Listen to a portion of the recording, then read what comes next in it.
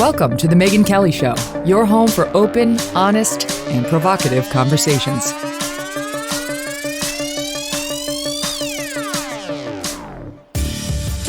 Hey everyone, I'm Megyn Kelly. Welcome to the Megyn Kelly Show. Oh, we have a fascinating show for you today. Fascinating. It's about artificial intelligence. I've been asking my team to line up a show on this, and we have the two greatest guys, the most brilliant, just greatest guys to talk about it with. Don't you want to know where this is going, right? Like, okay, there's Amazon Alexa, and then there's something called super intelligent computers that are going to take over the world and possibly eliminate humanity. Opposite extremes. It can be wonderful and it can be life-changing in a great way. And it could also potentially be life-extinguishing if it gets into the wrong hands and so on. So we've got all these angles covered. You're going to love, love, love this show. We're going to kick it off with a guy named Nick Bostrom. He's a professor at Oxford. He's the director of something called the Future of Humanity Institute. He's done so many things. He's been a teacher at Yale. He did his postdoctoral fellowship at Oxford. He's the founding director, as I say, of this Future of Humanity Institute. That's at Oxford as well. Researches the far future of human civilization. Professor of philosophy at Oxford. He has been included in Foreign Policy's Top 100 Global Thinkers list repeatedly. He was listed by Prospect Magazine in their list of world's top thinkers. You get it? Sensing a theme? And he's probably best known for his incredibly best-selling book, Superintelligence: Paths, Dangers, Strategies. It's been recommended by everyone from Elon Musk, who's a huge fan of our guest, Nick Bostrom, to Bill Gates. And he is one of the leading thinkers on where superintelligence, what it is, where it's going, and how it needs to be handled. That's sort of where the machines become smarter than the humans. We're going to talk to him. Then we're going to be joined by a guy named Andrew Ng.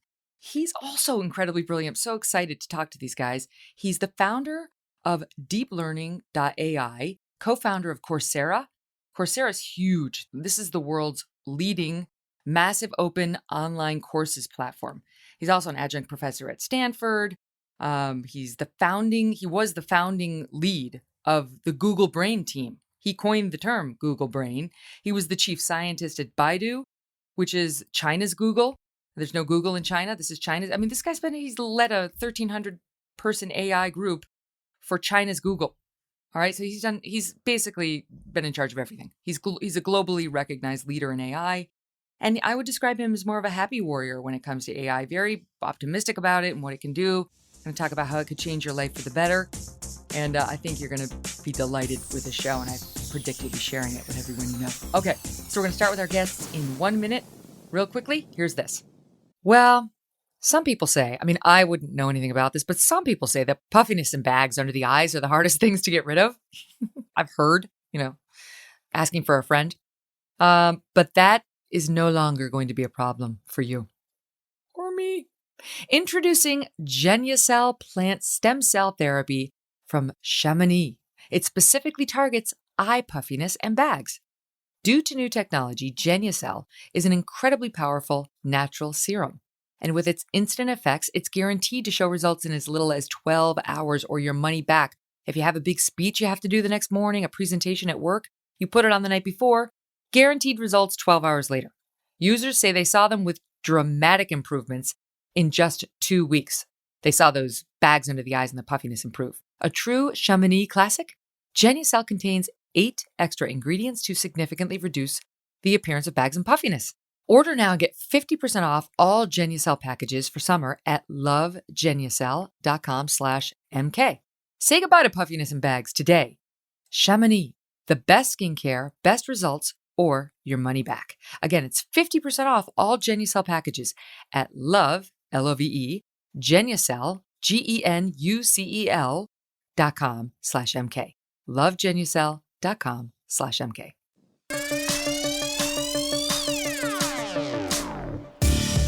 There is so much that I want to go over with you. Just treat me like I am AI 101 because I know almost nothing about this field, but am dying to know more. And just having read what I've read now of your work and having listened to your TED Talks and so on, I'm terrified. I'm terrified. So let's start here. What is superintelligence? I just use it as a term for any form of a general artificial intelligence that greatly surpass humans in all cognitive abilities. And so, in other words, when the machines get smarter than we are. Yeah, Okay. And how likely is it to come into existence? I think it is highly likely that it will eventually come into existence. I think almost a certainty if we avoid destroying ourselves through some other means before. But if science and technology continue to advance on a wide front, then I think eventually we'll figure out how to produce high level machine intelligence and superintelligence. Is it in the works right now? Well, I mean, in some sense, it has been in the works for a long time, in that people have been trying to understand better how the brain works, how to use statistical methods to better extrapolate from past data, how to build faster computers. All these are potential ingredients. And of course, the field of artificial intelligence has really burgeoned in the last 8 years or so with the deep learning revolution. And so there's quite a lot of excitement now about what is becoming possible with machine learning. But predicting how far we are from being able to match and then maybe surpass human level intelligence is really hard. And I think we just have to acknowledge that there's enormous uncertainty on the timeline for these kind of Mm-hmm. things. Mm-hmm.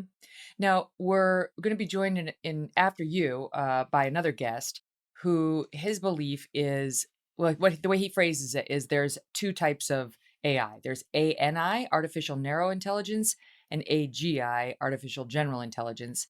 And he says artificial narrow intelligence is basically like the stuff we've seen already, where you're typing on your computer and it recognizes the word you're typing and completes it, or you're, I don't know, and maybe Amazon Alexa or the self-driving car, like those things that are improving our day-to-day living. But general intelligence is what you're talking about, super intelligence, which is that's a whole different realm, and that's the thing, as I understand it, that you're sounding the alarm on.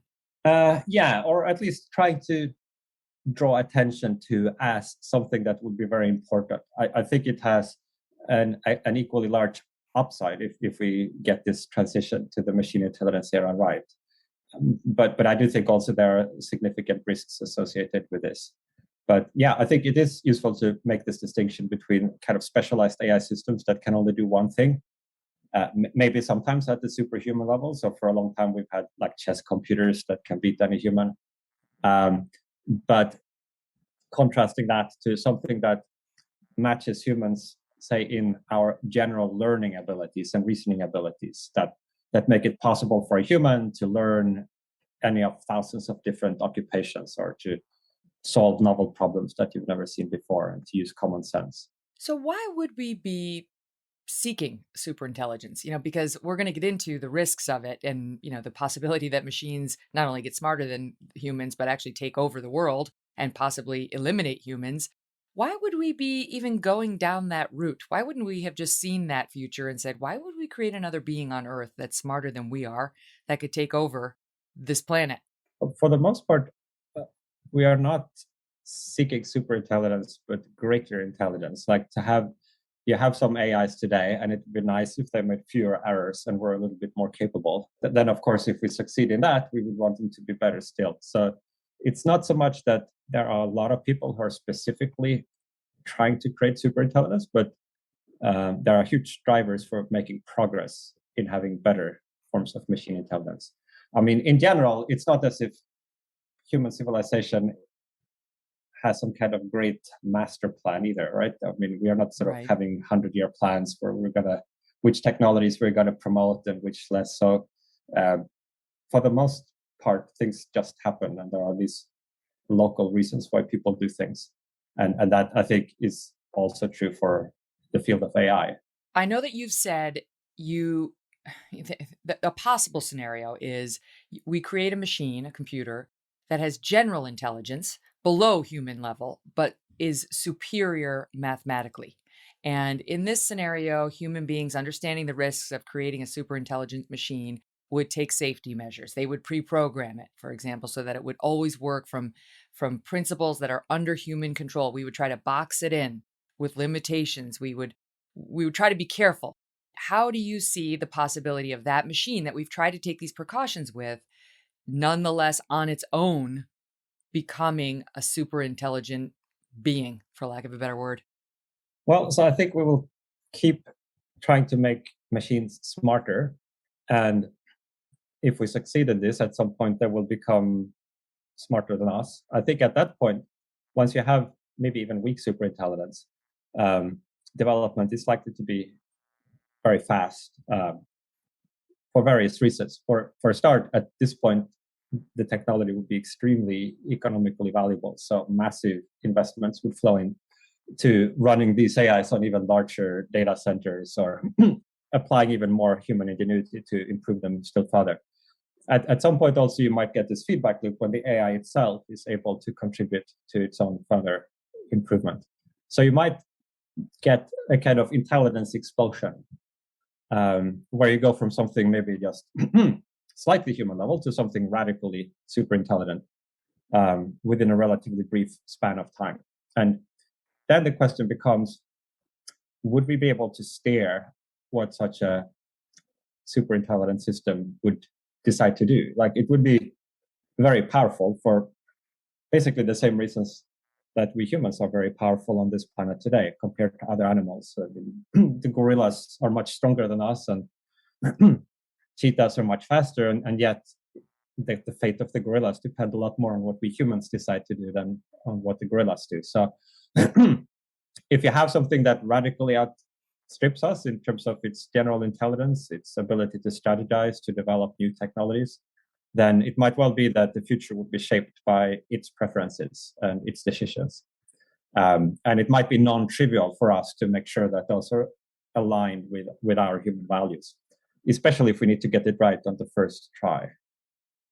Right. You've been saying that for a while, saying if we're going to do this, we have to make absolutely sure that they are aligned with our human values, and there are all sorts of dangers in doing it anyway. I mean, who's going to determine what the values are, and what if not everybody's on the same page, and what if we do it but it gets into the wrong hands, and people misuse it, and so on. But let me just stick with the gorilla thing. That's interesting. So I mean, because I've heard you use the example of the tiger too. The reason the tiger gets in the cage is and can be controlled by us is because we have superior intelligence to it. So it may be more powerful, more lethal, but we're smarter. And so we can trick the tiger into the cage and keep it there. And the same is true of the gorilla. And so in the scenario where we have a super intelligent machine, we're the gorilla. Well, that would be one type of scenario or one type of risk that could arise from future advances in AI, that the AI itself somehow takes over or runs amok or is poorly aligned. I think there are also scenarios in which we maybe manage to tie it to our purposes, but then we do with it as we have done with practically every other general purpose technology in human history, that we've also used it for a lot of bad ends, to oppress each other, to wage war against each other. And so that's another way in which advances in AI could turn out to be harmful if they become a means of kind of amplifying human conflict, or if they empower more people to develop other dangerous technologies. Like maybe you could use AI to more rapidly invent new biological warfare agents or something like that then might proliferate. So I think there are several distinct classes of dangers that one would have to be aware of as we move into this future. Well, I mean, you think that if you're the creator of it, you can control it, right? You can program it such that it won't get smarter than you, and it won't. How could you? I look at the computer on my desk. How could it ever control me? How's that? It doesn't seem possible that, because you're not talking about robots running around, threatening us with knives and guns. You're talking about this thing sitting on the desk, getting smart enough that somehow it's controlling humans. And you think about that in the abstract, and you think, how could that ever? That doesn't make any sense. How could this thing sitting on my desktop ever control me? Yeah, I mean, presumably not the thing that actually sits on your desktop now, but I mean, you're right. It's easy enough to not develop superintelligence for any one individual or group, but I think it's likely that we as a civilization will nevertheless do it. And I think actually probably we should be doing it. I see it kind of as this portal, in a sense, that all plausible paths to a really great future will eventually go through. Now, it might be that it would be wise for us to go a little bit more slowly as we approach this gate, so we don't kind of slam into the wall on the side. We certainly should be very careful with this transition, but I think it's kind of unrealistic to think that everybody, all the different countries, all the different labs would decide to refrain from pushing forward with this when it has such enormous potential for positive applications in the economy, for medicine, for security, for arts and entertainment, for practically any area at all where human intelligence is useful, which is pretty much any area. So I think our focus should be not so much should we do it or not, but like how can we position ourselves in the best possible ways. Do the research in advance, say on how to align, to find scalable methods for AI alignment, try as much we can to build cooperative institutions and norms and practices around the deployment of AI, and then proceed cautiously. But can you walk us through that scenario for people who don't? I mean, this is a big concept for folks who don't work in your field. How could it ever be that the machines would take over? I mean, I know you've spoken about, look, it could happen. They could be controlling us. They could control all the other computers and things. Humanity could cease to exist. And we need to be cognizant of this possibility. But how? Well, I mean, so if we look at, say, humans who have caused a lot of mischief over the course of history, that it's for the most part not because they use their own personal bodily strength to like wield a sword and go around chopping people's head up. It's they've used maybe their pen or their voice to issue commands to persuade others, and then thereby to exert great influence. So those modes of action would be available even just to like a laptop, right, sitting on a desk. If it could print text on a screen, I think that's already enough for a sufficiently great intelligence to be very powerful. But of course, there is no reason to think it would have to stop with these indirect methods. You could maybe persuade humans to be your arms and legs, to do your work in some lab, to develop different robotic systems that you could use or hack into, or maybe develop some kind of nanotechnology that would then give you more direct actuator access to the world. I think there are many ways with a sufficient level of intelligence to kind of think above and around and through humans and achieve your ends. It's also likely that if we develop this, we would want to give them access to a lot of stuff, because that would make it more useful, right? If you could have an AI that drives your car, that's more useful than an AI that just sits and tells you how to drive the car. If it could run your factories, if it could pilot your airplanes, maybe we will have a lot of robots by the time this transition happens, so that there would be an even more ready-made infrastructure for it to tap into. Well, let's talk about the factories, because I've heard you say that this super intelligent computer, or these computers, could, quote, create nanofactories covertly distributed at undetectable concentrations in every square meter of the globe that would produce a worldwide flood of human killing devices on command, and that AI would then achieve world domination. What? That doesn't sound good. No, and I think there is a kind of, I mean, it's kind of almost by definition impossible for us to know exactly what the best strategy would be that would come into view if you were a malicious superintelligence, because kind of by definition it can think much more deeply in the strategic space than we can. But I think what that particular scenario is meant to illustrate is the idea that one of the things that a superintelligence certainly could do would be to invent new technologies that we can already see are physically possible, that we haven't yet, however, been able to actually manufacture and build, because they involve a lot of detailed work to kind of figure out the specifics. But if research were done on a digital timescale rather than on a kind of slow biological human timescale, then these futuristic technologies might become available quite quickly after you have superintelligence. And then using those futuristic technologies would possibly be one way to leverage its power and get a kind of advantage. Not the only one, but I think that's one plausible path. Now, whether it would be specifically by developing nanorobots or whether there's some other technologies that we haven't yet thought of, I think we'll just have to be agnostic about. It makes me think of the movie War Games, to go back to the 1980s when I grew up.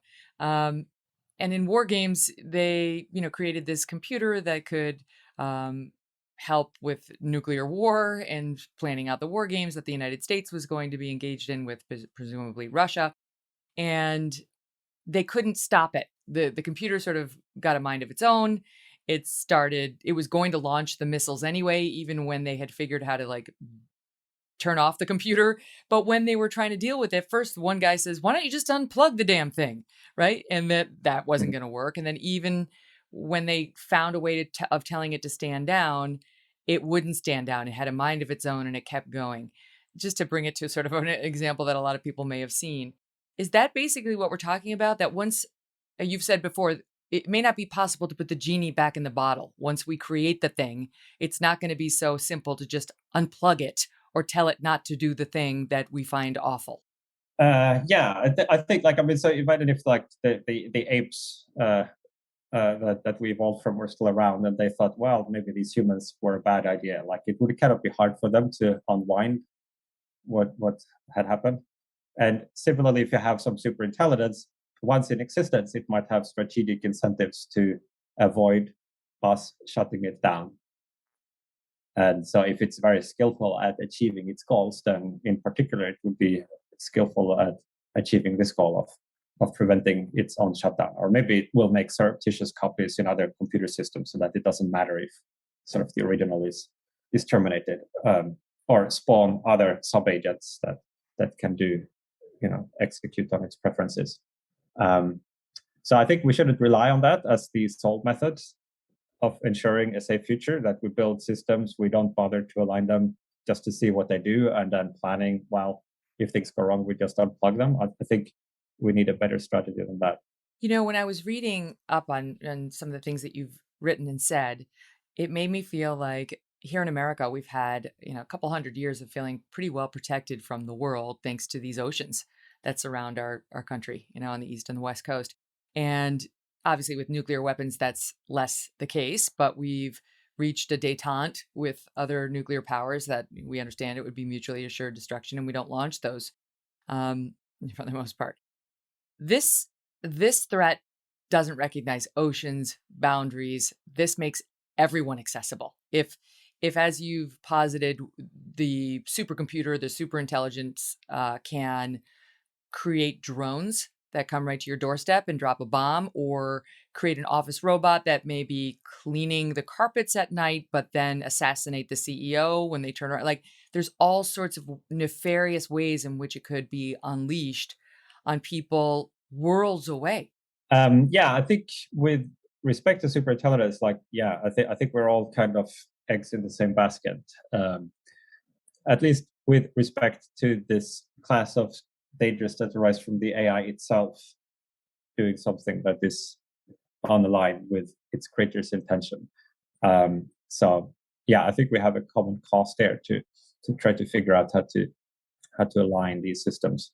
So, and I'm reasonably hopeful about that. When I was writing this book of mine, I think came out in 2014, this was an almost entirely neglected field. It looked like we were moving towards developing the most important technology ever, and hardly anybody was thinking about what would happen if we were succeeding in this goal of AI. It's all along been to not just do specific tasks, but to make machines generally smart like humans. But it was that was such a radical goal that the imagination exhausted itself in just conceiving of this possibility of matching humans, that it couldn't take the obvious next step, that if we reach that, we will have superintelligence, and then thinking about the consequences. So drawing attention to that was a big part of the reason for writing this book. But since then, there has now sprung up a kind of technical subfield of people doing serious research and actually trying to figure out how to align, arbitrarily capable AI systems by harnessing their ability to learn to make them better able to learn and understand what our intentions are when we ask them to do something, or what to train them on specific tasks. It's crazy that was only 7 years ago that this wasn't even being discussed that seriously by those academics and so on who are now taking such a hard look at it. Meanwhile, this is probably going to be an industry that employs many of our children, grandchildren, and so on. Yeah, I mean, I think, certainly if there are advances in AI, it's going to have a big economic impact. I mean, it might be that if you get superintelligence, then the effects on employment will be, I mean, at some point, like if you have sufficiently generally capable AI, basically all jobs become automatable. So I think in a good scenario, I mean, in some sense, the goal is full unemployment, right? So the idea is to try to develop technologies so powerful that we don't have to do stuff we don't like to do. And so if you define work as the kind of things people have to pay you to do, then almost all of that could theoretically be done by a sufficiently capable AI system. For some tasks, sounds totally unfulfilling. It sounds awful. Well, I think it would be a situation where we would have to rethink a lot of our assumptions about what it means to be human, kind of from the ground up. I actually believe that there would be some extremely wonderful possibilities in that would be unlocked by this, but it would require a pretty grounds up rethink. We would, for example, have to find our dignity and meaning in life, not in what we do for a living or like being a breadwinner, but in other areas, in relationships, in hobbies, in things we do for their own sake, rather than as a means to some other end. But yeah, I mean that I think would be a kind of a high quality problem to have for us. I think first we need to make sure we don't kind of crash into something on the way there. Well, and before we get to sort of the benefits, let's talk about the possibility of a terrorist getting a hold of this technology if we create it or it creates itself from something we've created, or even an actor like China, which is very advanced in the AI field. And our defense secretary has made clear that this is an area in which we're equal. We're not, at best, we're equal with China. It's not like our military is so much more powerful than theirs. It is, but I'm just saying in this department, which is a potential security threat, they're on par with us, and they're working it, and they aim to be the world leader in AI. So, and we don't trust China for good reason. So we do need to be worried about what they're going to create. Not to mention, as I say, somebody more nefarious like a terrorist actor. So what is the likelihood of that?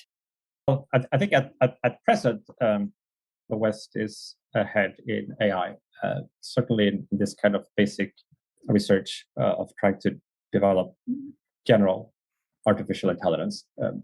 But it's not a huge lead. It's not like 20 years ahead or something like that. The field is very open. Researchers publish their findings, and so other teams can catch up within like 6 months or a year or so. I'm not so worried really about terrorists using AI for particular things. I would be more worried about terrorists using, say, biological weapons, which at the moment would be a lot more destructive and are also becoming much easier to use or obtain through advances in synthetic biology. But it is plausible that AI will become one dimension of a great power competition, as it becomes an increasingly important both economic factor and also factor in national security. Because I know you've said that the first superintelligence to be creative will have a decisive first mover advantage, that there will be a lot of power in being the first one to come up with it. And so, I mean, how worried should we be that somebody not all that friendly to the United States will be the person who has it? Yeah, well, I mean, it's possible that it would have this decisive first mover advantage. I'm not at all sure about that. You could also imagine scenarios in which the transition happens a bit more gradually. If it's not like an overnight or over week thing where you get from human to radical superintelligence, but suppose it takes several years, then you could easily have multiple labs or countries being more or less going through this transition in tandem, and you might then have a multipolar outcome.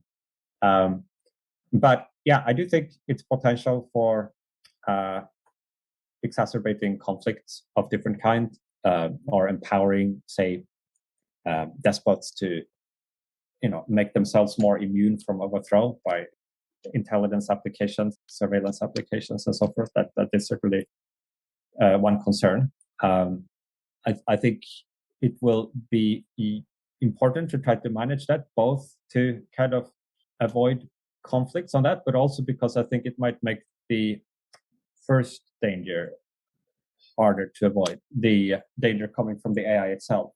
Like, if you're thinking about this, suppose you're like some researchers, you've like got to the point where you have something almost human level. You think with a bit more work, we can make it super intelligent.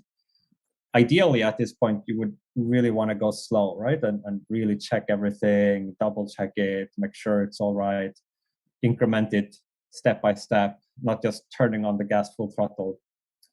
And maybe over several years, like trying to do this while having a lot of people helping you and looking over what you're doing to make sure it's right. But if you are in some kind of arms race, then that might be very hard to do. Like, it might basically mean that if you go slow, it just means you lose the race and become irrelevant. So you feel forced to rush ahead as quickly as you can, and then you throw caution to the wind, and then this risk from the AI itself creating kind of a destruction will increase. So the two problems are connected. Yeah, it's kind of like a Dr. Frankenstein situation. It's a Frankenstein situation, right? Where the entity you create becomes super dangerous and turns on you. Even though we're so full of hubris, I think most humans would believe that they could continue controlling a machine. Again, it's hard, I think, to conceptualize that the machine I control now will someday have the capability of controlling me. But I know you've said right now the potential for this superintelligence, right now it's lying dormant, but it's akin to the power of the atom and how it laid dormant through much of our human history until 1945, in which case it was very much not dormant, and we saw its power in really raw and disturbing ways.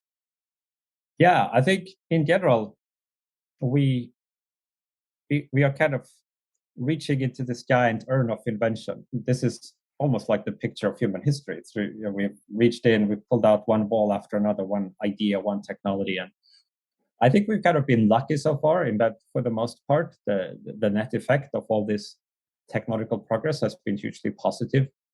But if there is a black ball in this urn, like some technology, that could be some technology that is just such that it invariably discovers the civilization that invents it.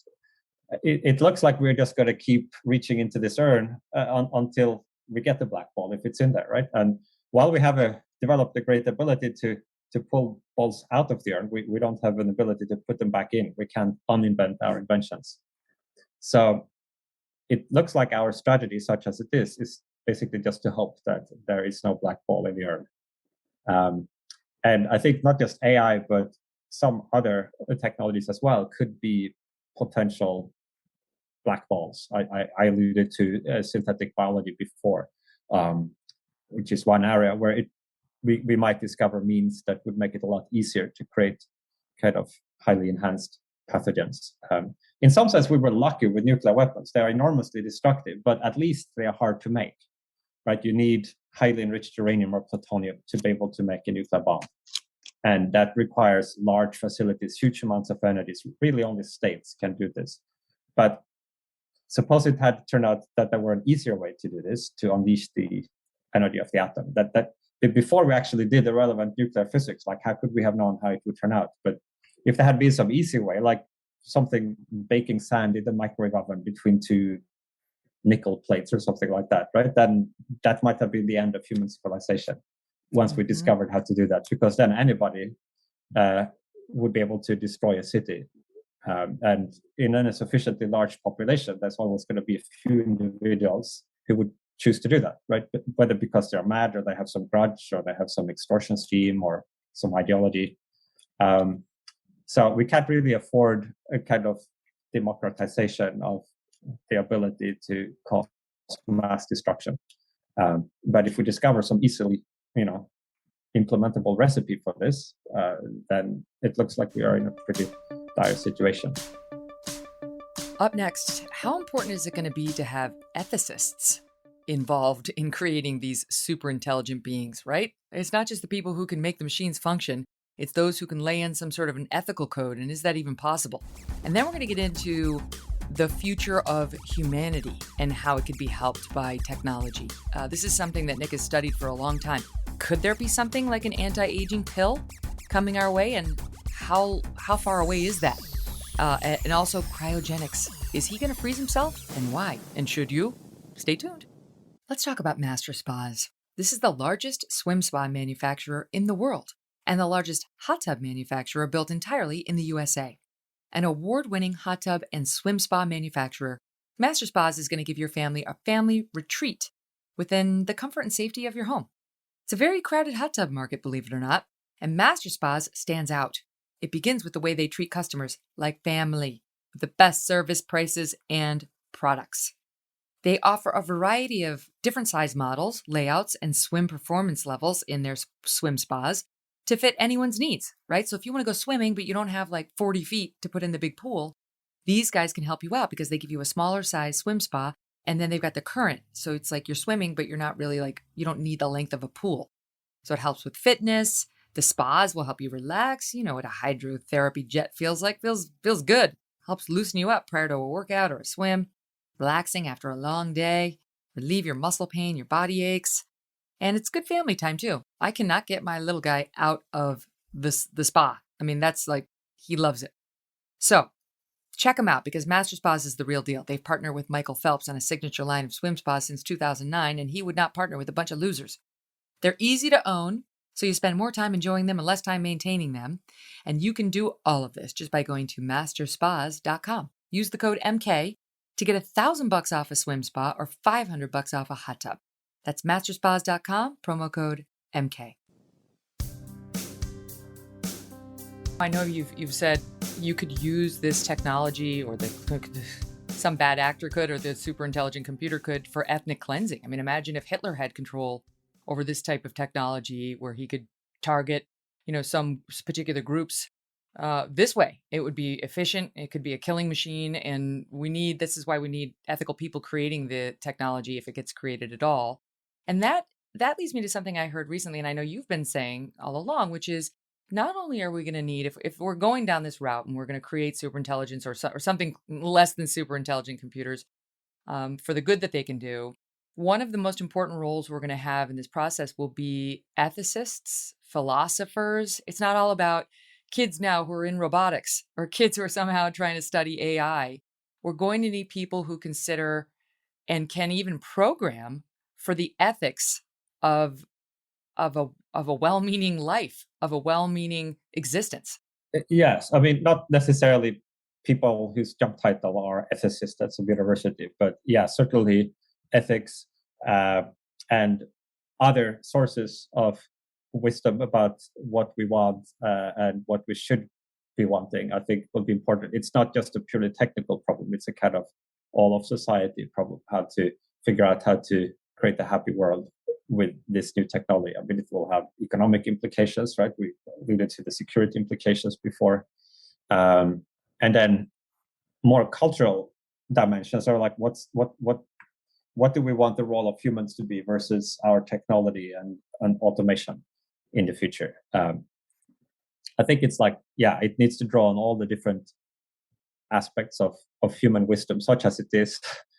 It's not much to boast about, but we'll have to do our best at least. Yeah, I think it will require a much wider purview than just a narrow technical focus. Although the technical focus also is really important for AI alignment.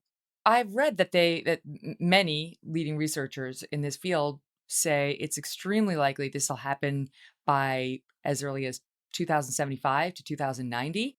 That's in the lifetime of our children right now. Do you agree with that? Could it happen that soon? Yeah, I think that's a real possibility. That's hard to get your arms around, right? Like my own children alive right now could be dealing with um, computers in the corners of the world that are trying to erase humanity. Could we be Well, I that mean, or advanced? save humanity, right? I mean, that's the other possibility, or help Well, I'm us not to worried create about fear. that one. No, That one but sounds good. uh, I mean, that would be what people are aiming for, almost universally. Or that, like AI researchers I've spoke, like they're quite usually quite well-meaning and idealistic people. Some are just curious about what they're doing and think it's fun. Some have a kind of vague general sense of wanting to do something good for the world. So I think the intention is positive, and it's just the outcome that there is more uncertainty around. Right, because the dark side is this could be more dangerous than any pandemic, than nukes, than catastrophic climate change. This could be, more than an asteroid. That this could be the thing we're not really paying that much attention to your example about what was going on in 2014. That really is an existential threat to humanity on the Earth. And on that front, one of the things I wondered in reading about you, Nick, is whether do you worry about anything other than this? I mean, if this were my world that I were immersed in full time thinking about it, I don't know that I'd worry about anything else. Would I worry about the crime rate? Would I worry about the erosions of free speech we're seeing, government power growing too large? I Some of it relates, but do you walk through the day worried about nothing other than this? No, I mean, I think it's useful maybe to have some division of labor here, and also I think it might, for somebody like me, be worth trying to focus more efforts on relatively neglected areas where one extra person like me might make a bigger difference than, I mean, global warming. People, so many thousands of people have been worrying about this, and I think it's a smaller concern. But it's not the only one. I mean, I think certain advances in biotechnology are quite concerning as well. Um, that might just make it too easy to create really dangerous stuff. I mean, to make it concrete, so we have DNA synthesis machines that can print out DNA strings. If you have a digital blueprint, we also have in the public domain the DNA sequence of a lot of really dangerous viruses, and ideas how to make them even more dangerous. So as this sequencing technology becomes good enough to print out whole viral genomes, then, I mean, you just connect the dots. Then that would give anybody with access to these DNA synthesis technology the ability to create things far worse than COVID. And at the moment, like, anybody can buy one of these DNA synthesis machines, and if that continues to be the model as they improve in capacity, then we are soon get to an unsustainable situation. So there needs to be some kind of global regulatory framework, I think, imposed on the DNA synthesis market, where DNA synthesis is provided as a service. Like, if you're a researcher who need a particular string, there's maybe 5 or 6 companies in the world. You send your request, you get your product back in a vial. You don't need to have the machine yourself in a lab, or if you do, that would have to be some sort of controls. That's just one example, but it's a real cauldron. People are inventing so many cool new stuff in biotech all the time, that new ways of creating mostly good stuff will come into view, but there could also be some bad stuff in there. And it's a kind of wild west at the moment. The ethos is very much open science. Like, yeah, let's encourage biohackers. Let's just make it available to all, because that's nice. Everybody has equal access to it. But with some technologies, like with, say, nuclear weapons, we don't think that's the right way. And I think biotechnology will have to similarly change to something what is great. Yes. So yeah. I mean, I it, think I can speak on behalf of my audience, say that we're glad that people like you, I know Stephen Hawking has joined you. Many others have sort of sketched out some priorities for making this field safer and imposing some guidelines so that we don't just jump into this willy-nilly. Glad you're out there. It reminds me of my husband used to run an internet security firm, and he used to speak of the white hat hackers and the black hat hackers. And, the Russians have black hat hackers who will try to get into your bank accounts and your private information and so on. And he was in a firm that he would say he employed the white hat hackers who understood how to do all that stuff, but would try to stay one step ahead of the bad guys to protect you. And it seems like this is a field where everyone needs to have the same devious skills, but we have to make sure we have more people employing them for good than for bad.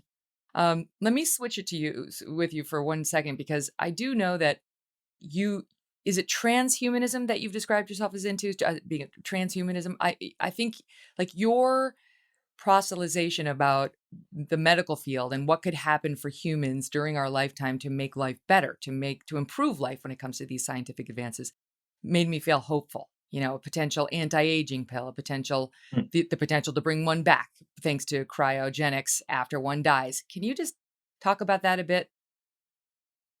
Yeah. So I sometimes I think I'm mistaken for some kind of technophobe a lot because I spend a lot of time describing some specific concerns or dangers. But I mean, broadly speaking, I'm very excited about the potential to improve the human condition through advances in technology, and including by enhancing the human organism itself in different ways. Like, I mean, I'd love to see some kind of anti-aging pill that really worked, or something that could make us smarter or improve our quality of life in other ways. And so sometimes that's referred to as transhumanism. I don't tend to use the word very much because a lot of people use it for a lot of different ideas. Yeah, now it's confusing. Some of which are kind of kooky. Meanings. Yeah, and it attracts some kind of miscellaneous folk that I wouldn't necessarily agree with on all issues. So, but yeah, I think there's a lot of room for improvement. Do you think academics are with you on that desire? Because I've heard you say something like, there are a lot of people in the field who are like, what about overpopulation? And why would we want to extend our time here on Earth significantly, right? Like, what's the boredom of living longer is reason enough not to do that. So do you think we have an academic field that is devoted to developing things like that? Well, I think these have been shifting slowly, but steadily over the last 20 years or so. I think there certainly used to be an extremely strong double standard. If we take, say, something that slows, like doing something about aging was a big no-go, but because people couldn't see why you would possibly want to do that. But then at the same time, there were billions of fundings to try to fix cancer, to fix heart disease, to fix diabetes, to fix wrinkles, like all these things, right? But then, like, the sum total of that is like aging. Like, aging is what makes you more vulnerable to cancer, to heart disease, to diabetes, to wrinkles. And so for exactly the same reasons that you might not like these diseases and symptoms, for the same reason you might not like the underlying thing that is creating a huge fraction of all of that. So it's not as if there was some weird special reason you would have to have for favoring life extension or anti-aging. It's just exactly the same reasons that apply in all its other cases. But for some reason, there was this mental block that a lot of people had, that I think actually it was because the anti-aging thing seemed unrealistic and fanciful, so it was not evaluated by the same standards that, like, a pill that is slightly better for treating some cancer would be evaluated. It was more evaluated by reference to some traditions, or like some kind of spiritual wisdom, where you're supposed to accept the fact that you're going to die, and that's a sign of wisdom, and you should come to terms with it rather than fight against it. So it was kind of, the issue was placed in that mental bucket rather than this is something we can actually work on and make. Yeah, but you raise a good point. If that's your mindset, then why get chemotherapy? Why not eat as many trans fats as you want, right? Like, that we all take steps to prolong our lives, even when we get bad diagnoses. Yeah. Even though we may be people of faith and understand how this is going to end eventually. Yeah. I mean, to take care of your body seems good. I mean, it's not to say that in all circumstances, extending life further. I mean, if you're kind of have a life that's not worth living, you're in some respirator and you just kind of kept alive under horrible conditions like that, I'm not sure it's a great boon if that can be like 2 years of that rather than 1 year. But if you have a good quality of life, if you're healthy, you enjoy life, maybe you can contribute to society in some way, then that seems something that is definitely worth preserving. Or just if we can improve our senior years, I mean, we've all watched our parents or grandparents deteriorate mentally. Some would argue we're watching it right now with our president. Okay, that was an aside. But we've all watched that and thought to ourselves, oh, I don't want that for them. And if you could Right. create a situation where we could live to our 80s or 90s, forget beyond. Beyond would be delightful, but even that old, but sharp with mental acuity, why wouldn't we want that? It'd be great. But Yeah, can I no, ask you? Yeah, go ahead. yeah, no, I'm like, I think if and when it actually is possible, like if there is actually a pill on the market at some point that does this, then I think a lot of the people who were previously expressing skepticism would kind of quickly come around. How far away from that are we? Well, I mean, from curing aging altogether, I mean, I think it seems quite hard to do that. I mean, maybe superintelligence would expedite that. Like, I think actually a lot of these things would happen soon after superintelligence. But other than that, I mean, we've been kind of on the verge of curing cancer now for the last 50 years, right? So we've made small incremental progress. So the superintelligence is going to make us live forever and then kill us all off. Something to look forward to. Well, Now, let's talk one or about the other, cryo. yeah. One of those. Right. They may have buyer's regret. Can we talk about cryogenics for a minute? Because this was something, that I think most of us grew up thinking, as I'm told now wrongly, Walt Disney had himself frozen so that he could be brought back to life. But cryogenics is a real thing. And I know you're in favor of it. Can you talk about it for a minute? Well, so it's the idea that we know that at sufficiently cold temperatures, basically all physiological processes stop. So, I mean, things last longer if you put them in your freezer, right? But if you put them in even colder temperatures, like in liquid nitrogen, then they can last for hundreds of years with basically no change. So the idea is if somebody dies today, if you freeze them, then you preserve whatever is there. And of course, if you thaw them up, they are still dead because their tissue, well, A, that was the original thing that killed them, and B, the actual freezing process creates additional damage. But if you think that technology will continue to improve, then maybe at some point in the future, the technology will exist to reverse whatever originally caused their death and to cure frostbite, the kind of damage that happens during freezing. So if you just preserve somebody long enough there, then there's some hope that the technology will one day exist to bring them back to life. Unless you're sure that technology will never be developed, then it seems like the conservative thing to do would be to put them in liquid nitrogen, and if it doesn't work, well, they'd be dead anyway. So the downside You're is hedging your minimal. bets. Yeah. Well, would you want to come back? I mean, one of the fears I would have is, what if they wake me up in the year 4000? And it's terrifying. It's like a caveman walking into 2021 and nothing is familiar. No one he loves is around anymore. It seems like a nightmare in some ways. Yeah, I mean, that's obviously very hard to know what the future would be like that you would be brought back into. And so I think, yeah, that probably mostly comes down to whether somebody's like more of an optimistic person or a pessimistic person. I guess that's true. And what about what is the likelihood that the people in the future who may have these prolonged lifespans are going to want to come back and get people like you and me? Well, forget me, but you. I mean, you they should want. But seriously, what is given overpopulation concerns and the limited size of the earth, why would they want to bring people back?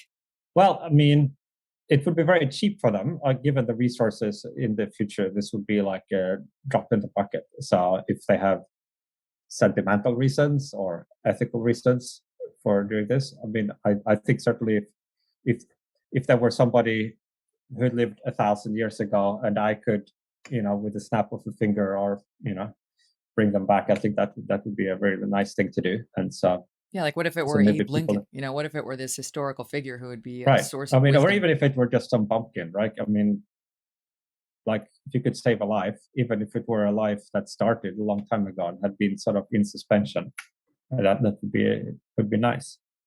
Do you have reason to believe that in that scenario, the brain would still have the information, upon revival that it had on the way out?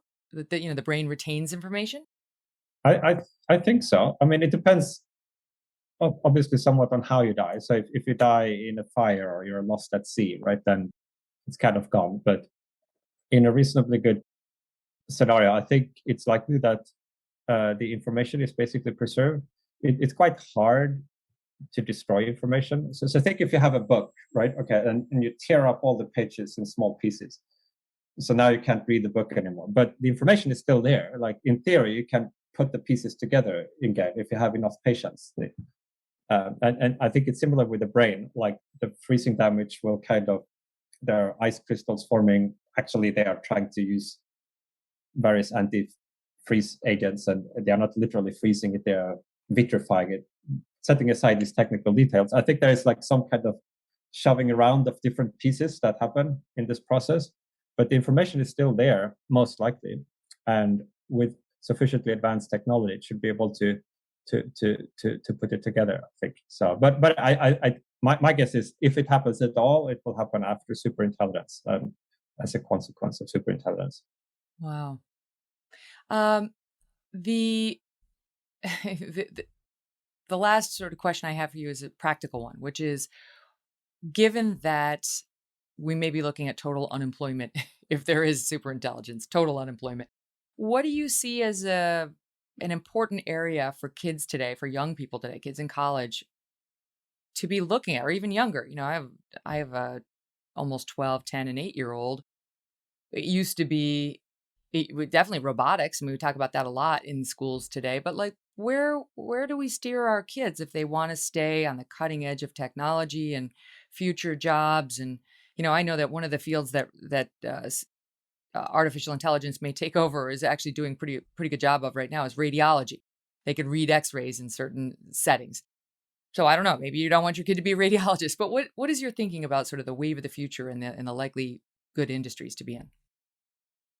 Yeah, I mean, so for kids, I mean, I think it depends a lot on the kid. Like, you want to build on their unique strengths, and not everybody have to be a computer programmer, right? That's a small part of the economy. I I think that, I mean, already today we are at an unprecedented time of wealth and prosperity relative to any other time in all of human history. And so, in addition to having a focus on, you know, finding a profitable career for your kid, I think also equipping them to actually enjoy life and to do something meaningful in their life would be worthwhile. Because if not now, then like when? I mean, I guess after the singularity, maybe. But um, um, so, so I think that would be important. Like in terms of areas, I mean, I think computer stuff will continue to be important, but so will many other areas in the economy.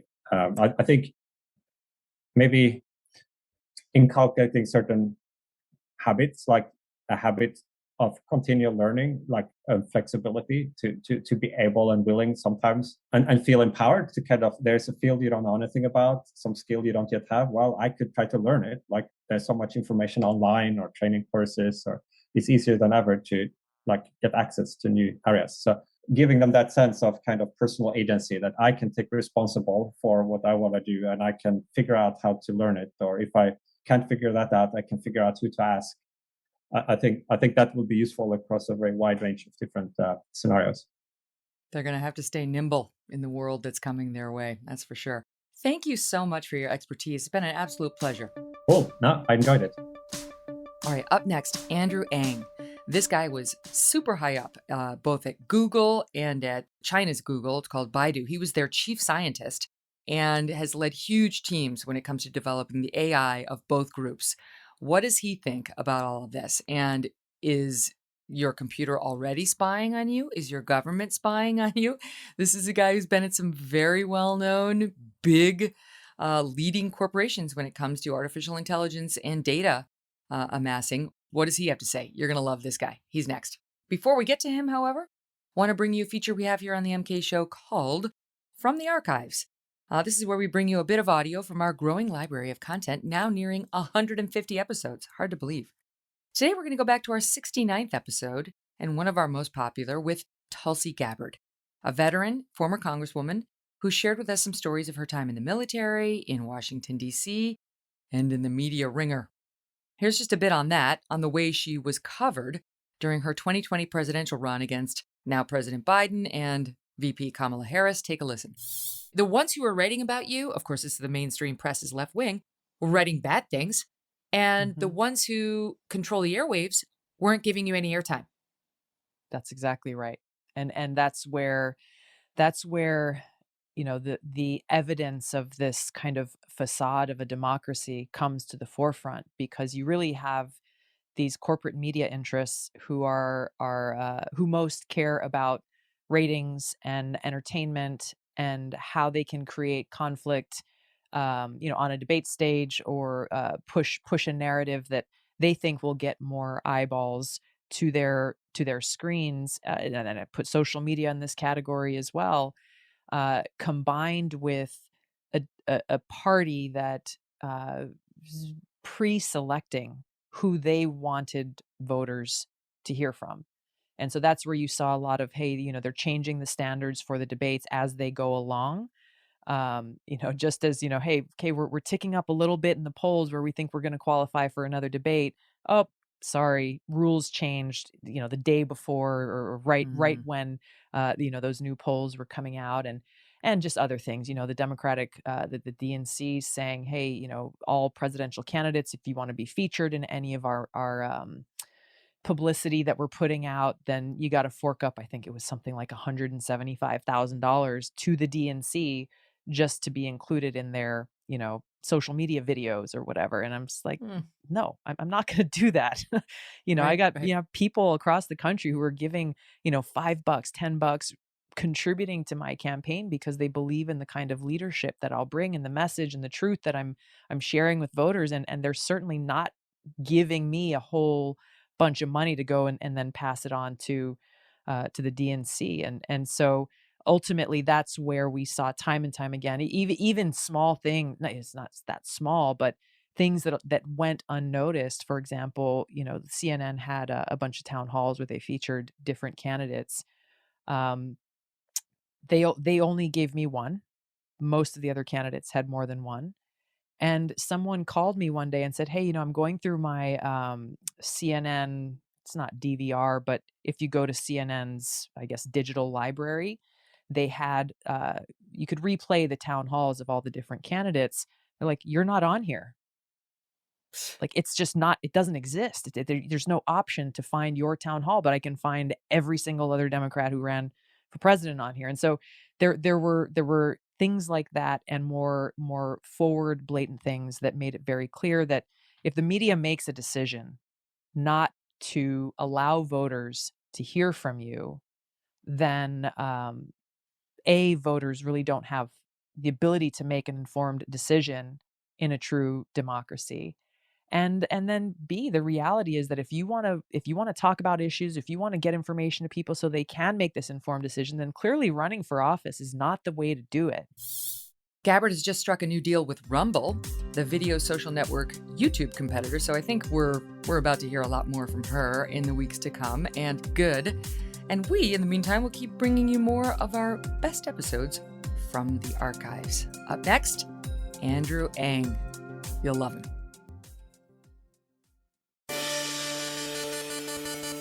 Thank you for being here. I'm excited for this conversation. We just wrapped up with Nick Bostrom, who he wasn't totally anti-AI, right? He's pro-AI, but has some concerns about, I think, what you call artificial general intelligence, AGI, the long-term game where you develop a machine that develops super intelligence.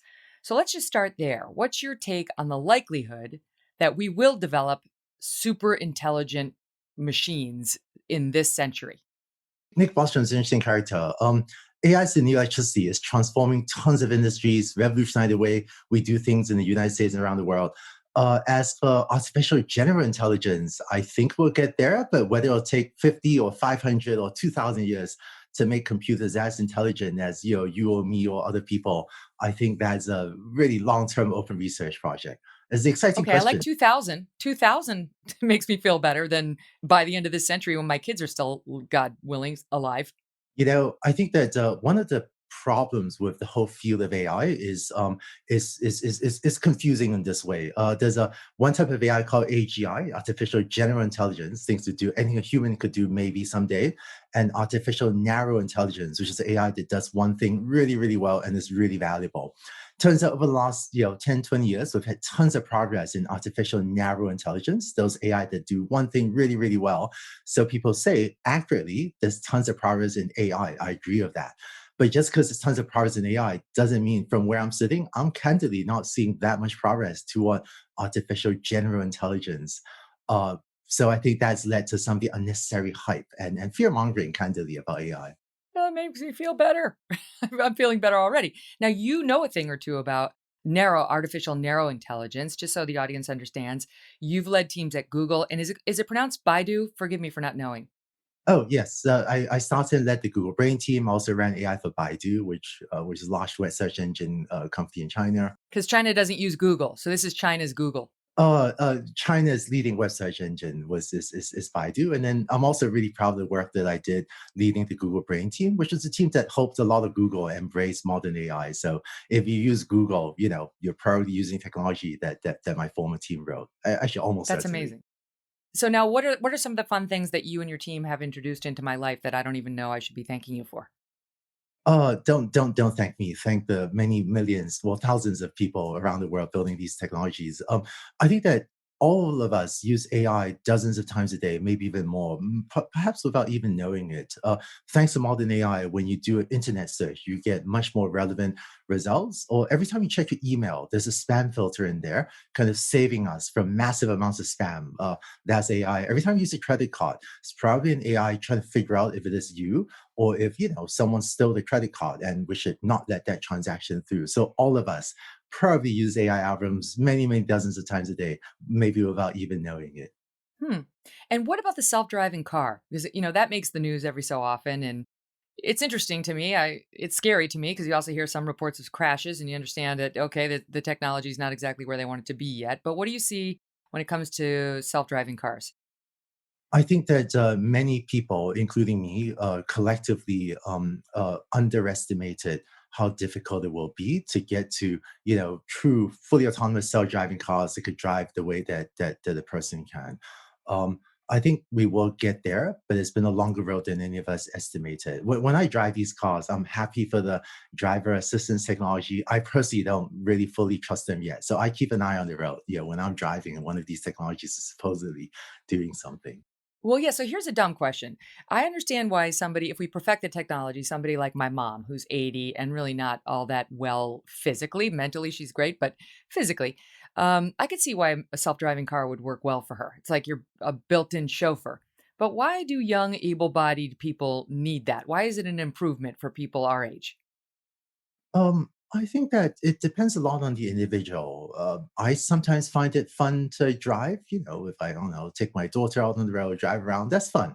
But sometimes if I'm driving to work in traffic, it's like, boy, I wish someone else could do the driving for me. And if a computer could do that, so I could maybe even sit in the back seat and, play with my daughter, I would rather do that than be stuck in traffic. So I think it depends a lot on the individual. It's funny because I asked this having just yesterday. I had to go to the city. I'm in New Jersey for the summer. I had to go to the city. It's a couple of hours, and I had the choice of driving myself, or sometimes we use a driver. And I said, you know what, I'm going to use a driver because I had a bunch of interviews to do today, and I said I want to read all my stuff, and so it's a dumb question, right? It's basically you can read everything if you have a self-driving car. It's going to make your life really convenient if it doesn't kill you or all the people around you. And again, I think I know you have kids, right? My kids are really Yeah. young. Part of me worries, when they grow up, will they ever get in a car accident? So when my daughter grows up, if there's a computer that can drive her safer than if I were to drive or she were to drive herself, I think it'll make all of us better off. How far It's one away of are the we at from that? the AI world, we keep on, we've made a lot of predictions, and sometimes we're not very good at predicting the timeline by which on which this will happen. I think that self-driving cars are kind of getting there in limited environments. So I'm seeing exciting progress. For example, if you're driving around in a constrained environment of a port, shipping stuff, or in a mine, or sometimes on a farm, that's actually kind of getting there. If we're willing to rejigger some of the cities, I think we'll be there pretty soon. I don't know. I think it'll still be quite a few years. I still be many, many, many years before we can drive in downtown New York or downtown New Jersey. Hmm. Yeah, I understand that they're not as good at picking up things like the hand signals that a construction worker might be issuing to you. They don't totally understand those things yet, so they're not quite where they need to be. Okay, so let's talk about other ways in which AI is going to be helping our lives and how you see it. Because one of the things that Nick said that concerned me was we're probably headed toward total unemployment, total eventually in the distant future, once the machines become as smart as we think they're likely to get. And that concerns me. I don't know what life looks like if nobody works for a living and if the machines are in control of everything. So what does the journey from here to there look like in terms of technological advances? I think that total unemployment, I'm actually skeptical it'll ever happen, or if it does happen, it may be, I don't know how many thousands of years away. Um, it turns out, just let's demystify AI. What can we make AI do and what can we not? It turns out, to get a little bit geeky and technical, almost all of AI today is about input to output mappings, such as input an email, output, is it spam or not? Or input a picture of what's in front of your car and output the position of the other cars. Or input an X-ray image and output a diagnosis. Does this person have pneumonia or not, or some other condition? So that's sort of the one idea, input output, that is creating 99% of the value, of the economic value of today's AI system. Turns out this is a ton of economic value. The large ad platforms have an AI that inputs an ad and some information about the user, and outputs, are you going to click on this ad or not? Because if you can get people to click on more ads, there's direct impact on the bottom line of the large ad platforms. So it's creating tons of economic value. But frankly, this input output thing, if we think about how much more people do, there's just so much more people can do. I don't think anyone in the world has a realistic roadmap for getting to AGI. So I think sometimes that concept has been overhyped and fear mongered. I do worry about unemployment with every wave of technology. Looking back, industrial revolution, invention of electricity. I mean, well, all the people working on steam engines, they unfortunately, really sadly, lost their jobs. Or we used to have human operated elevators, right? There was someone standing in the elevator that would dial it up and down. When someone invented automatic elevators, those jobs went away. So I worry about that for AI. They'll create some amounts of disruption and affect work, but complete total unemployment, this input output mapping, I don't see that piece of software replacing you anytime or me anytime soon. Can you talk about the radiology thing? Because I read about the work being done at Stanford with the AI and radiology, but the conditions have to be just so. Can you just talk about that? Sure. So I think that I'm excited about AI and its potential to improve healthcare.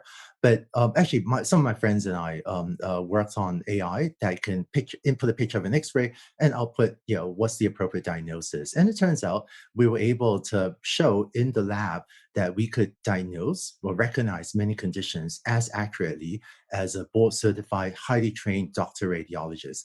But it turns out that it worked great if we were to train on data we collected from our research from Stanford Hospital, and then you see if the system did work well on data from the same hospital, from the same set of X-ray machines.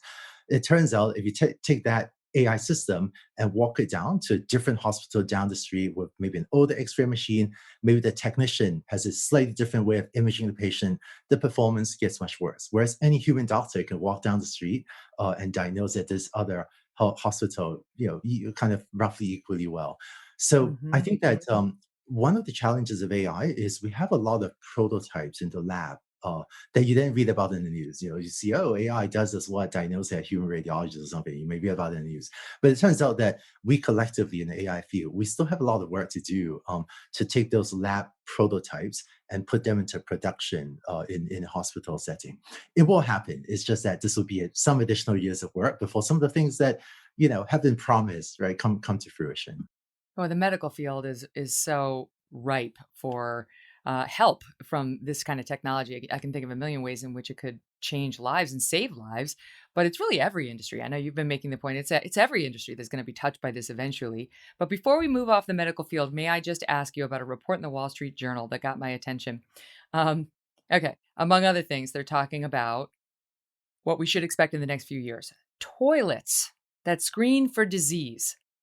It says researchers at Stanford have developed a prototype toilet that uses an artificial intelligence trained camera to track the form of feces and monitor the color and flow of urine. Why is this necessary? Because it could potentially analyze micro stool samples to detect viruses like COVID-19 in blood.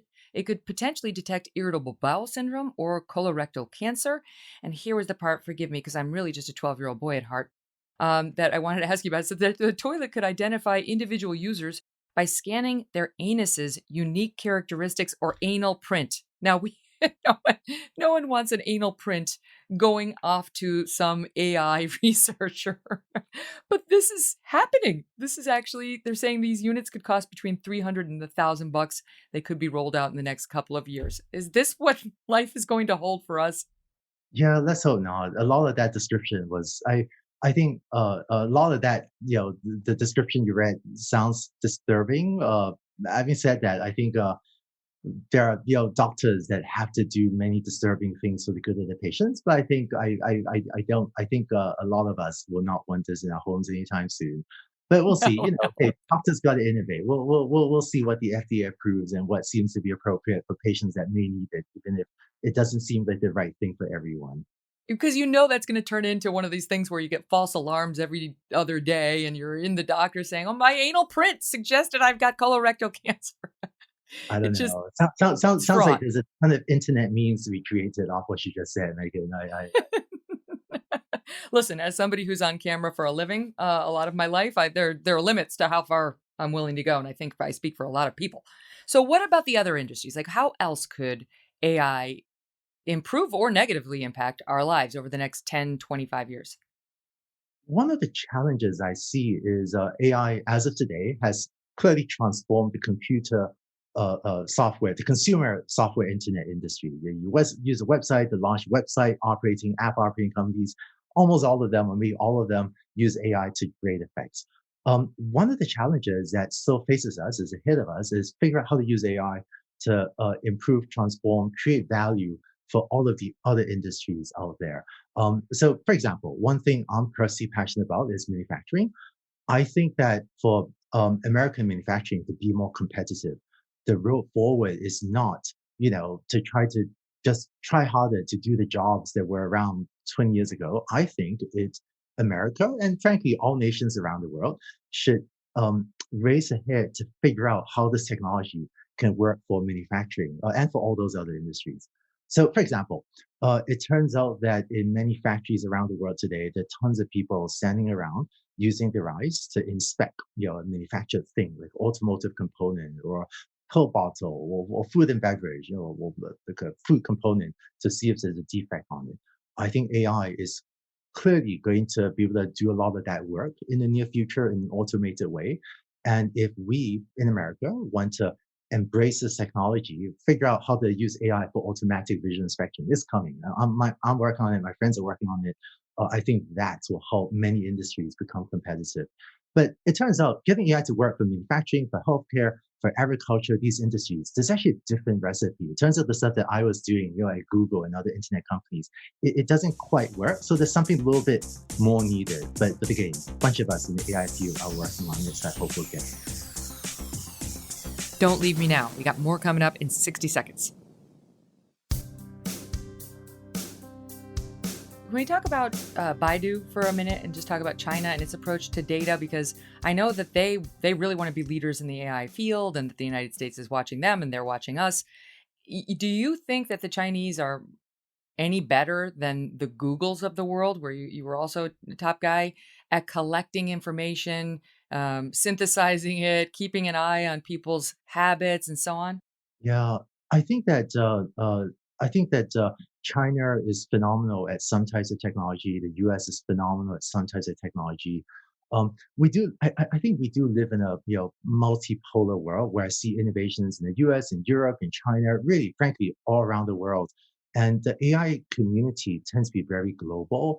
There is a global network where researchers, where research in Singapore may publish a paper, and then like 2 weeks later, it's running in some site in the United States, and then someone in the UK will read it too and figure out something to apply and deploy in Europe. So I think we live in a global world where different teams sometimes collaborate and different teams sometimes compete. Um, I think actually one thing I will say, a lot of people underestimate the importance of government support in the early days of AI. So not many people know this. When I was running AI way back before modern AI deep learning became popular, a lot of the reasons I was able to do my work was because DARPA, the defense agency in Washington D.C., was willing to fund some of my work. So I think without DARPA, funding some of my research work, I don't know that I would ever have gone to Google to propose starting the Google Brain Project. So I think just ensuring American competitiveness is something I would love to see. Where are we on the scale? Are we the world leaders? You look at sort of the military superpowers and we know where we are, but where is America when it comes to AI? I think that the two leading countries in the world in AI are quite clearly the US and China. I think the US is the world leader in a lot of the basic research innovations, but this is not a lead that we should take for granted, and we just got to keep on working really hard. And what about the creation of superintelligence? Because I read something about you creating something about where a computer can recognize a cat. I don't know. You can tell me what it was, but to me, that sounded like working toward developing super intelligence, a computer that can learn on its own and, develop its own intelligence and improve its own intelligence. But can you talk about that, about where we are on it, what you've done on it, and whether you think, well, how far along we are? Um, yeah, the cat result. When I was in the Google Brain team, one of the early results we had was we built an AI system called the neural network and had it watch tons of YouTube video. Basically, had it sit in front of the computer and watch YouTube video for like a week, and then we asked it, "Hey, what did you learn?" And to our surprise, one of the things it learned was it had figured out or had learn to detect this thing, which turns out to be a cat. Because it turns out when you have an AI system watch YouTube videos for a lot, it learns to detect things that occur a lot in YouTube videos. So people faces occur a lot in YouTube. Figured out, how to detect that. But also a lot of cats, right? There's another internet meme on YouTube, so it also figured out how to detect that. It wasn't a very good cat detector, but the remarkable thing about that was that it had figured out that there's this thing. It didn't know it was called cat, CAT, but there was this thing that it just learned to, boy, see a lot of this thing, whatever it is, I don't know what it is. So it was pretty remarkable. The AI system neural network had figured that out by itself. Now, but again, between that and super intelligence or AGI, I think it's very far away. I think that worrying about AI super intelligence today is a bit like is like worrying about overpopulation on the planet Mars. Um, I actually hope that we will, manage to colonize Mars, and maybe someday we'll have so many people on Mars that will have children dying because of pollution on Mars, and you may be saying, "Hey, Andrew, how can you be so heartless to not care about all the children dying on Mars?" And my answer is, well, we haven't even kind of landed people on the planet yet, so I don't know how to productively defend against overpopulation there. So I feel a little bit about. I think it's fine if academics study it, publish some theories on what to do when we have AGI, but it's so far away. I personally don't really know how to productively work on that problem. Hmm. Now, you are the co-founder of a group called Coursera. Is that how you pronounce it? Yes, Coursera. And I feel like this dovetails very nicely with one of the things that Nick was recommending when I talked to him about the future, our children, and so on. And he was saying the one thing the kids of the future are going to need to be able to do is understand that learning is a lifetime process, right? That nothing is as static as it used to be. And the world is changing so rapidly, and our kids are going to need to be able to handle information at an even more rapid pace than it now comes into their life, which is already faster than ever. And I feel like this is one of the missions of Coursera, is to nurture lifelong learning. Can you talk about it? Because it sounds really interesting and it's been hugely successful. Yeah, so through Coursera, hope we can give anyone the power to transform their lives through learning. I was teaching at Stanford University about a decade ago, actually over a decade ago, and put my class on machine learning type of AI on the internet. And kind of to my surprise, 100,000 people signed up for it. And I kind of did the math. I was teaching 400 people, 400 students a year. But when I did the math, I realized that for me to reach a similar audience, 100,000 people, teaching 400 people a year, I would have to teach at Stanford University for, like 200 years. And so based on that early traction, got together with a friend to start Coursera to create a platform that now works with over 200 universities and other institutions and companies in order to create online learning courses that pretty much anyone in the world can access. That's so great. I mean, so it's like for those of us who didn't go to Stanford or Harvard or what have you, but want access to that kind of education, though not full time, we can go here. Yeah, in fact, to actually, I'll share two thoughts relevant to all of you watching this. If you want to learn about AI and not and cut through the hype, one of the classes I'm most proud of is AI for Everyone on Coursera, and I think I tried to give a non-technical presentation of AI. So if you want to know how will AI affect your life in the future, how will AI affect your job, your industry, there's several hours of video that I hope will give anyone that's interested a non-technical introduction to AI, so you can think about it strategically and know how it will affect you, but also learn to recognize and ignore some of the hype. Um, Hmm. there's one other trend I'm excited about, which is, with the rise of tech, I think I hope we'll eventually shift toward a world, and this is relevant to all of you, with children, for example, but I hope we'll shift toward a world where almost everyone will know a little bit about coding. And I say this because many, many hundreds of years ago, we lived in a society where, some people believe that maybe not everyone needs to read, right? Maybe there are just a few priests, and monks. They had to learn to read so they could read the holy book to the rest of us or something. And the rest of us, we didn't need to read, we just sit there and listen to them. Fortunately, society wised up, and now with widespread literacy, we've figured out that it makes human to human communications much better. I think that with the rise of computers in today's society, for good and for ill, this is a very powerful force. I would love to see a lot of people able to just learn to code. So not all of us need to learn to be great authors, right? I can write, but I'm not a great author. I don't think everyone needs to be a great programmer, but for many of us, there will become a time where, if you're if you could write a few lines of code, get your computer to do what you want, just like literacy has created much deeper human to human communications, I think if everyone can kind of learn, a little bit of coding or computer literacy, then all of us can have much deeper interactions with our computers, and it'll be a very Hmm. powerful tool for all of you in the future. Well, it certainly had a massive impact on your life, just reading your background. How did you get into it at such a young age? It was your dad, I understand? Yes. So my dad's a doctor, and when I was a teenager, I was born in the UK, but I was living in Singapore at the time. But so my dad was interested in AI for healthcare, so he kind of taught me about his attempts to use, frankly, like 1980s AI, which is not that Yeah. advanced, to do medical diagnosis. So that sparked off a lifelong interest in me. I do remember when I was in high school, I once had an internship. I once had a job as an office admin, and I don't remember much from that job. I just remember doing a lot of photocopying, and even I was like whatever, 15, 16 years old. I remember thinking, boy, if only, why am I doing so much photocopying? If only we could write some software, have a robot or something, do all this photocopying. Maybe I could do uh, something even more interesting and more valuable. And I think that for me was part of my lifelong inspiration to just write software that can help automate some of the more repetitive things, so that all of us collectively can tackle more challenging and exciting things.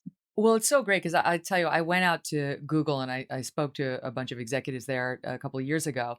And I know that they try to give the coders some stress relief, some like a break, because it can be very intense work. And one of the stations on campus was sword fighting. I'm like, this is so great. They just because you spend all day doing that. It's very intense, and you do need a mental break, a break for your eyes, a break for your body. So it's just a totally different way of approaching the workplace.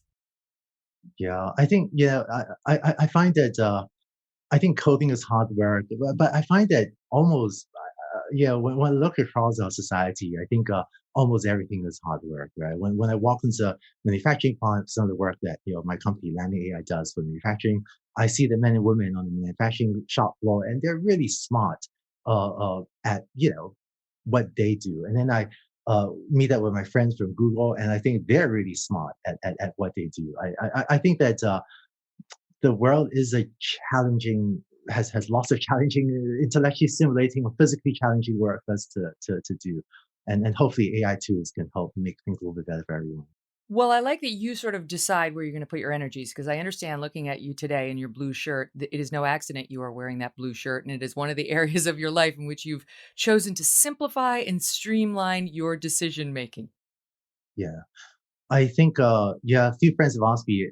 There's actually a Quora post. I think someone actually asked publicly, why does Andrew wear a blue shirt all the time? So I used to wear either blue or like a light purple, but then I realized every morning is like, oh, do I wear a blue shirt or a purple shirt? Blue shirt, purple. I can't decide. It's like, forget it. I'm just buying a full stack of blue shirts and just do that. I don't know. So you don't even have to think about it in the morning. Vera Wang does the same thing. Vera Wang, who dresses, the most beautiful, successful, prominent people in the world, just wears sort of a column of black every day. That's her uniform. I did not know that. Because she doesn't want to think about it, same as you. Yeah. Turns out there is a downside to this. One day, one of my friends was working on an AI for fashion thing. And I tried to express in opinion. I said, well, if you want to do AI for fashion, how about this? How about this? And she said, Andrew, you have no credibility whatsoever when it comes to fashion. So, Okay, I have to ask you one other personal question. Now, I understand you married somebody who's in robotics, and I read that you used a 3D printer to make your wedding rings, which brought up a lot of things for me, which is, number one, I do not understand the 3D printer at all. My kids are using it at school. It scares me. I don't get it. What is it? What is it, and how does it print out a wedding ring? How does it produce a wedding ring? yeah. So I think, so Carol, she's from Flint, Michigan, but we now are in Washington State. So 3D printer takes, one way that 3D printing works is it takes little bits of metal and melts them and kind of, deposits little drops of metal until gradually you end up building a ring. I'm not wearing a ring now. I have it upstairs. And then you end up with this, incredible shape. Whatever you can, almost anything you can imagine and program into computer, it can just by putting little drops of plastic or little drops of metal or some other substance, just create this incredible 3D shape that's maybe difficult to manufacture via other ways. So I don't know. Actually, this is one fun thing about technology, right? 3D printing were still are really really cutting edge technology, but now we have high school students able to use it. I hope we would like that for AI too. Frankly, I find that today AI seems a little bit mysterious, maybe a little bit overly so.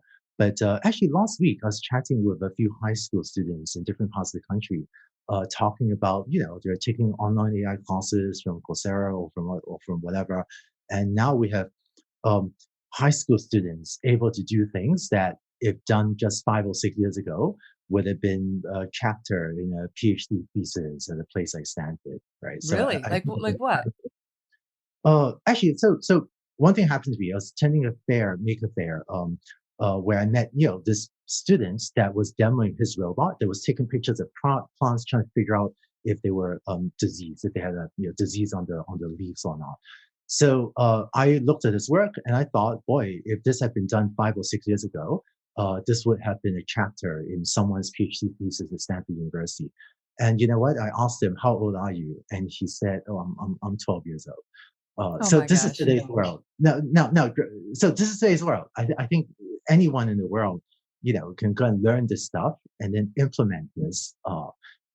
And even though some of the technology seems so cutting edge, I think that if someone out there is watching this and wants to learn it, a lot of tools are now on the internet, right? Go learn it online from DeepLearning.AI or Coursera, and then on your computer you could actually start developing stuff that, while not the cutting edge stuff, right? That's actually still pretty difficult. You could actually do stuff that was kind of state of the art just a few years ago. All right. I on this subject, I have a confession to make to you. We're moving into a new home. We're moving towns. And I decided to not make my new home a smart home because my old smart home was annoying me. My dishwasher was yelling at me and my microwave was yelling at me. And I was walking around my apartment all day saying, "You are not the boss of me. I am the boss of you. Shut up. I will unload you when I'm good and ready." And the TV required 40,000 buttons to turn on. And it's like, I just want a dumb home for me because maybe it says I'm a dumb person, but it seemed easier to me. And yet all of these appliances are getting smarter by the day. And they're saying there's going to be a refrigerator that's going to tell you whether things are spoiled on the inside and so on. So do you have a smart home? Do you recommend a smart home?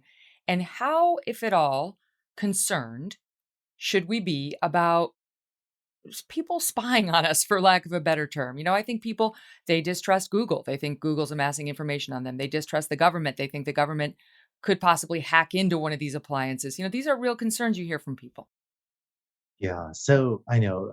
I think that a lot of people are concerned about privacy. So am I. But as well, I have friends at many of the large internet companies, and I know that my friends, I trust them to tell me the truth. Many of my friends are genuinely concerned, but also very respectful of privacy. So a lot of the large internet companies, some better than others, really do have stringent privacy controls. It makes it incredibly difficult for anyone to just spy on you. Now, having said that, I actually would be disappointed. I have no reason to think the US government can hack into these devices, but frankly, I'd be a little bit disappointed if they can't. But yeah, so by the way, I used to work on speech recognition, right? So I worked on this voice-activated devices. One thing I'm not proud of, for a long time, even when I was working on these devices, I had exactly one light bulb in my home that was connected to my smart speaker because the configuration process is so annoying. So I got through, configuring one light bulb so I could turn it on with a voice command, but after that, I couldn't be bothered. So I think we still gotta make these things better. We tend to inject technology into a lot of things. Sometimes it's really great and I love it. But sometimes, you do wonder, right, if we're really helping solve people's problems. Hey, if we have more people working on it, maybe we can all collectively make all this tech much better. Yeah, no, I've said in this day and age, it's not enough to pretend. You actually have to be a good person because someone's probably always listening, watching, amassing data. They're going to know one way or another. It's disconcerting, but I don't know. If you're not a criminal and you're not, dealing with terrorists and so on, how worried do you need to be? I don't know. I'll give you the last word. Yeah, I think AI is the new electricity. Much like the rise of electricity starting about 100 years ago, transformed every industry. I think AI is now on a path to do the same. So I think really to anyone wondering if it's worth learning about it, jumping in, trying to help all of us collectively navigate the future. I think every citizen, every government, all of us as individuals should jump in and play a role in shaping a better future for everyone in light of this amazing technology. Wonderful talking to you. Thank you so much for your expertise and your insights. Thank you, Megyn. It was really, really fun to do this with you.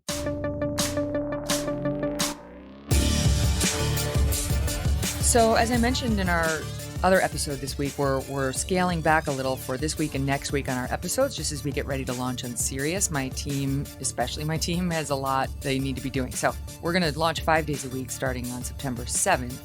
But in the meantime, we're a little bit of scale back schedule for those of you wondering. But our next guest, who's going to be coming up on Monday, is one we've really wanted to have on for a while. Controversial guy because he worked for Trump, and he's been completely excoriated by the mainstream media. But fascinating and really smart dude, Stephen Miller, is going to be here. Used to have him on the Kelly File all the time. Then you saw what the press did to him when he went on inside the Trump team. But even just, I've spent years talking to him. There is no better person to talk to if you want to understand what's happening in this country with our southern border, our northern border, and our approach toward immigration in general.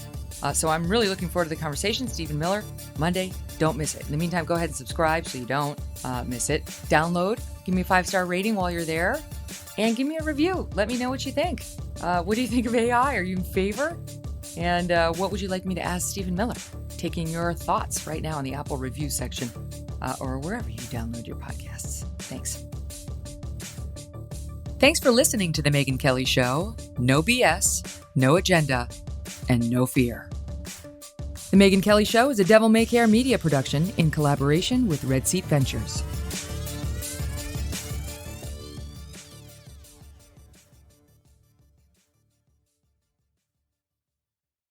Let's talk about Master Spas. This is the largest swim spa manufacturer in the world and the largest hot tub manufacturer built entirely in the USA.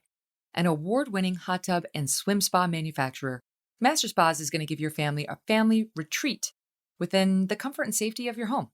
It's a very crowded hot tub market, believe it or not, and Master Spas stands out. It begins with the way they treat customers like family, with the best service, prices, and products. They offer a variety of different size models, layouts, and swim performance levels in their swim spas to fit anyone's needs, right? So if you want to go swimming, but you don't have like 40 feet to put in the big pool, these guys can help you out because they give you a smaller size swim spa, and then they've got the current. So it's like you're swimming, but you're not really like, you don't need the length of a pool. So it helps with fitness. The spas will help you relax. You know what a hydrotherapy jet feels like. Feels good. Helps loosen you up prior to a workout or a swim. Relaxing after a long day. Relieve your muscle pain, your body aches. And it's good family time too. I cannot get my little guy out of the spa. I mean, that's like, he loves it. So check them out because Master Spas is the real deal. They've partnered with Michael Phelps on a signature line of swim spas since 2009, and he would not partner with a bunch of losers. They're easy to own, so you spend more time enjoying them and less time maintaining them. And you can do all of this just by going to masterspas.com. Use the code MK to get $1,000 off a swim spa or $500 off a hot tub. That's masterspas.com, promo code MK.